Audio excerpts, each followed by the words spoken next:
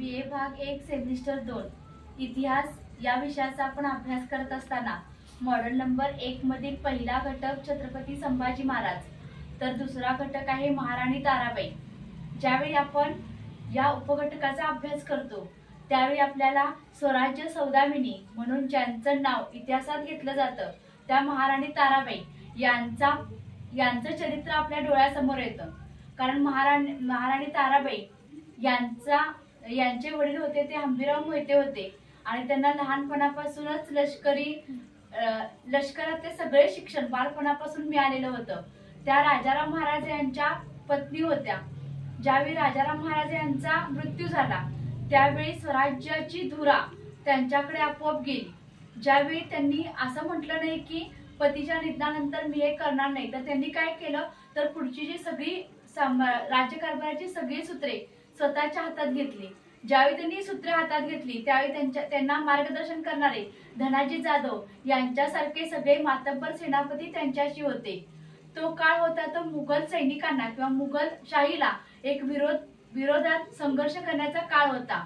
त्या काळामध्ये मुघलशाहींना असं वाटलेलं होतं की ज्यावेळी राजाराम महाराज यांचा मृत्यू झाला त्यावेळी सगळी जी महाराष्ट्राची रयतेची धुरा असेल किंवा रयतेवर आक्रमण करण्याचं आणि आपल्याकडे तो ताबा घेण्याचं स्वप्न त्यांनी पाहिलेलं होतं, पण ते स्वप्न चक्काचूर करण्याचं काम महाराणी ताराबाई यांनी केलं।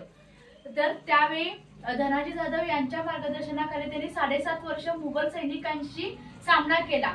म्हणजे इसवी सन 1700 ते 1708 या कालावधीमध्ये सर्वस्वी राज्यकारभार सांभाळण्याची, मुघलांशी संघर्ष करण्याची सगळी जबाबदारी स्वतः महाराणी ताराबाई यांनी घेतलेली होती। त्यांच्या तुलनेमध्ये म्हणजे मुघल सैनिकांच्या तुलनेमध्ये आपल्याकडे असणारे सैन्य कमी होतं, आपल्याकडे असणारे लष्कर कमी होतं, तरी देखील आपण आपली कर्तव्य पार पाडायची हे महाराणी ताराबाई यांच्याकडून आपण शिकून घेणं, यांच्याकडून आपण आज शिकलं पाहिजे। कारण का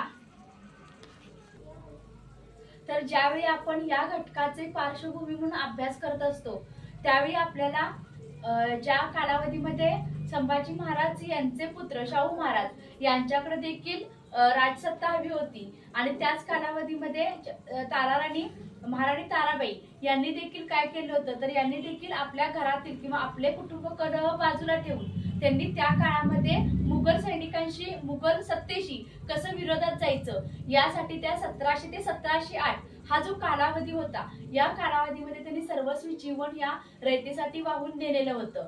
त्या काळामध्ये त्यांनी जी दुसरी गादी किंवा दुसरी आपलं स्थान निर्माण केलं होते ते कोल्हापूर त्यांनी सत्ताधारी म्हणून कोल्हापूर करवीर प्रांत त्यांनी निवडलेला होता आणि याची राजधानी म्हणून त्यांनी पन्हाळ्याची निवड केलेली होती त्या काळामध्ये।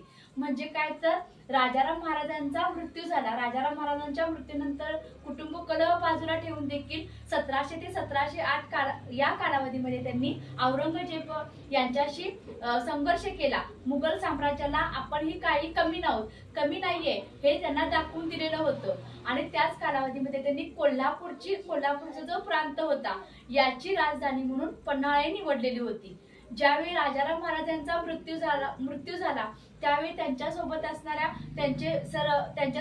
सगळे सैनिक असतील हे सगळे सैनिकांनी मदत करण्याचं काम हे महाराणी ताराराणी यांच्या सोबत केलेलं होतं।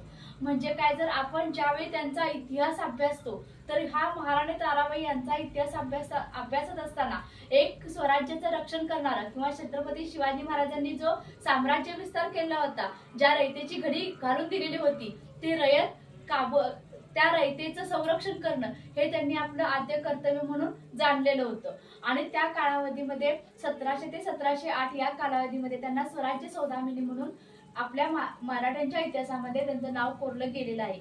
याचा पुढील जो इतिहास आहे किंवा पुढील त्यांनी जे कार्यकाळ 1700 ते 1708 या कालावधीतले प्रत्येक लढाई असतील याचा अभ्यास आपण पुढच्या लेक्चर्सला करणार आहोत।